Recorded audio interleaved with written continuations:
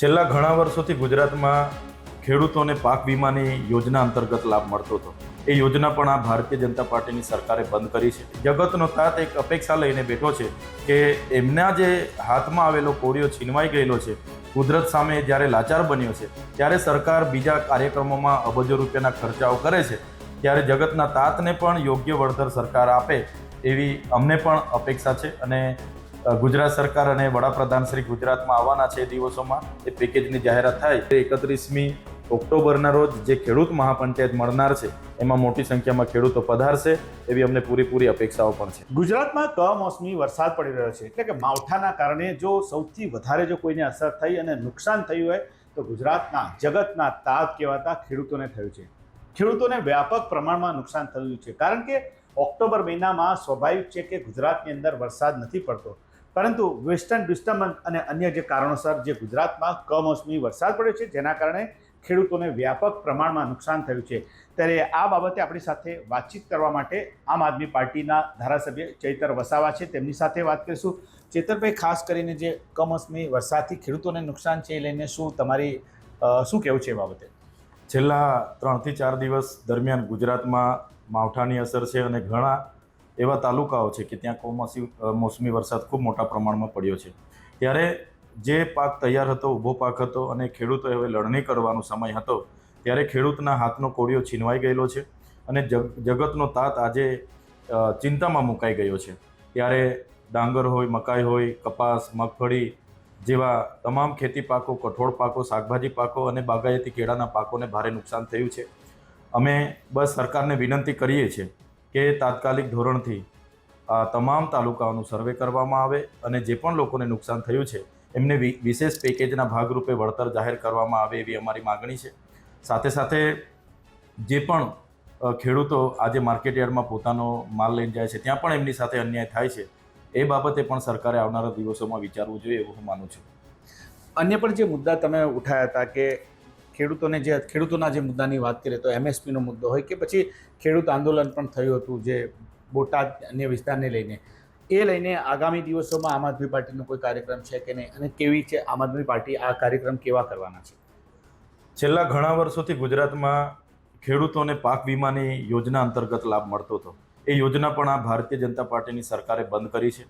સરકારે જે MSP જે ટેકાના ભાવ જાહેર કર્યા છે એમાં પણ તમે જોયું હશે કે જ્યારે APMC માર્કેટ યાર્ડોમાં ખેડૂત પોતાનો કાચો માલ લઈને જાય છે, કેટલી APMC માર્કેટ યાર્ડો બંધ હાલતમાં છે. અને જ્યારે બજારમાં વેપારીઓ જે સરકારે જે પ્રકારે મકાઈના 2100 રૂપિયા ટેકાના ભાવ જાહેર કર્યા છે એની જગ્યાએ 1700-1800 રૂપિયા ખેડૂતને મળે છે. કપાસના ભાવ 1622 રૂપિયા સરકારે જાહેર કર્યા છે, એની સામે 1200 રૂપિયા મળે છે. ત્યારે જે કડદા પ્રથા છે એના વિરોધમાં પણ બોટાદમાં ખૂબ મોટું આંદોલન થયું. અમારા રાજુભાઈ કરપડા અને પ્રવીણભાઈ રામને ખોટા કેસમાં જેલમાં જવું પડ્યું અને 85 જેટલા ખેડૂતો પણ આજે જેલમાં છે.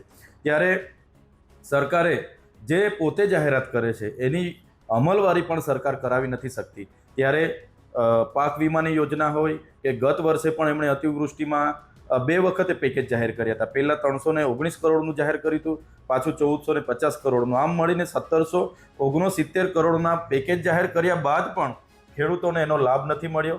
500 કરોડ પણ ખેડૂતોને ચૂકવ્યા નથી. ત્યારે સરકાર જે પણ પરિપત્ર પાડે, કેબિનેટ જે પણ જાહેરાત કરે એનો યોગ્ય અમલવારી થાય એ પણ અમે સરકારને વિનંતી કરીએ છીએ. ખાસ કરીને જે ગુજરાતની અંદર જે નવું મંત્રીમંડળ બદલાયું, જેમાં રાઘવજી પટેલની જગ્યાએ જીતુભાઈ વાઘાણીને જ્યારે કૃષિ મંત્રી બનાવવામાં આવ્યા છે, તમે શું અપેક્ષા રાખો છો અને શું કહેવા માંગો છો?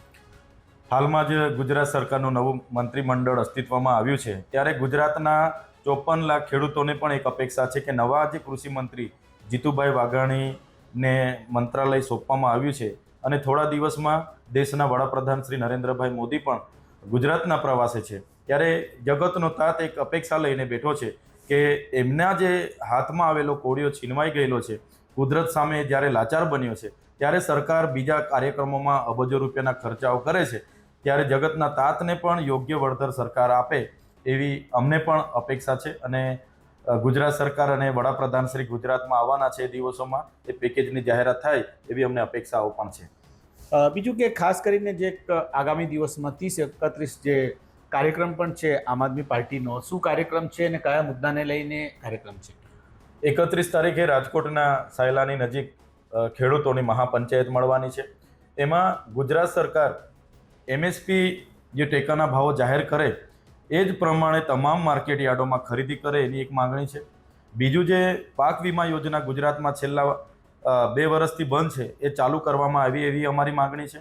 જે પણ આ માવઠાથી અને કમોસમી વરસાદથી નુકસાન થયું છે એનું ખેડૂતોને તાત્કાલિક અસરથી સર્વે કરી એનું યોગ્ય વળતર મળે એ પણ અમારી માંગણી છે. બીજું MSP દ્વારા જે ખરીદી કરવામાં આવે છે એ લોકો ડિસેમ્બર અને જાન્યુઆરીમાં ખરીદીની શરૂઆત કરે છે. એની જગ્યાએ આ 1 નવેમ્બરથી ખરીદી માર્કેટ યાર્ડોમાં ચાલુ થઈ જાય એવી અમારી માંગણી છે. અને સરકાર એ બાબતે એ દિશામાં નિર્ણય નહીં લેશે તો આવનારા દિવસોમાં અમે પોતે પણ APMCઓમાં જઈશું, ત્યાં અમારા નંબર જાહેર કરીશું અને APMCઓમાં વેપારીઓ ખરીદી કરે અને બહારના જે હાટડીઓ ચલાવવાવાળા છે, ઘરે ખરીદી કરવાવાળા છે, જે ખેડૂતોનું જગતના તાતનું શોષણ કરે છે એ અટકે એવા અમે આવનારા દિવસોમાં પ્રયાસો પણ કરવાના છે. બીજું ચૈતરભાઈ કે આ કાર્યક્રમની અંદર જે ખેડૂત મહાપંચાયત છે એમાં કોણ કોણ ઉપસ્થિત રહેવાના છે? તમે સિવાય અન્ય પણ બીજા કોણ કોણ નેતાઓ છે, તમે બી ઉપસ્થિત રહેશો, બીજા કોણ કોણ આવવાના છે ખાસ? આ કાર્યક્રમમાં આમ આદમી પાર્ટીના રાષ્ટ્રીય નેતા અને સંયોજક અરવિંદ કેજરીવાલજી આવવાના છે. પંજાબના મુખ્યમંત્રી ભગવત માનજી પણ ઉપસ્થિત રહેવાના છે. સાથે સાથે ગુજરાતના અમે તમામ ધારાસભ્ય, સંગઠનના તમામ લોકો અને 54 લાખ ખેડૂતોને અમે આમંત્રિત કર્યા છે. ગુજરાતના તમામ ખેડૂતો માટે ખુલ્લું જાહેર આમંત્રણ છે. ત્યારે મોટી સંખ્યામાં ખેડૂતો પણ ઉપસ્થિત રહેશે અને મહાપંચાયતમાં તમામ બાબતોની ચર્ચાઓ થવાની છે અને સરકારમાં એક પ્રસ્તાવ મૂકવાના છે. અને સરકાર આવનારા દિવસોમાં જે ભાવ જાહેર કરે છે એ જ ભાવે ખરીદી કરે અને ખેડૂતને સીધા પૈસા મળે એ સીધી ને સરળ વાત અમે મૂકવાના છે. ત્યારે અમને અપેક્ષા છે કે 31મી ઓક્ટોબરના રોજ જે ખેડૂત મહાપંચાયત મળનાર છે એમાં મોટી સંખ્યામાં ખેડૂતો પધારશે એવી અમને પૂરી અપેક્ષાઓ પણ છે. તો આ હતા આમ આદમી પાર્ટીના ધારાસભ્ય ચૈતરભાઈ વસાવા.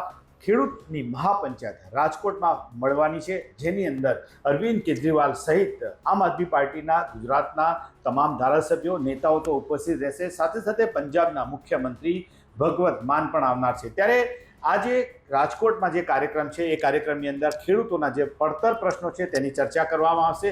સાથે સાથે હાલમાં જે કમોસમી જે વરસાદ પડ્યો છે એટલે કે જે માવઠું છે, માવઠામાં જે ખેડૂતોને જે નુકસાન થયું છે અને જે પાક વીમાનું પૂરેપૂરું રક્ષણ ખેડૂતોને મળે તેવી આમ આદમી પાર્ટીની માંગ છે. અને આગામી દિવસોમાં ખેડૂતોના પ્રશ્ને આમ આદમી પાર્ટી આ રીતનો જે કાર્યક્રમ રાજકોટમાં પણ કરવા જઈ રહી છે. નરેન્દ્ર પેપરવાલા, ગુજરાત તક, નર્મદા.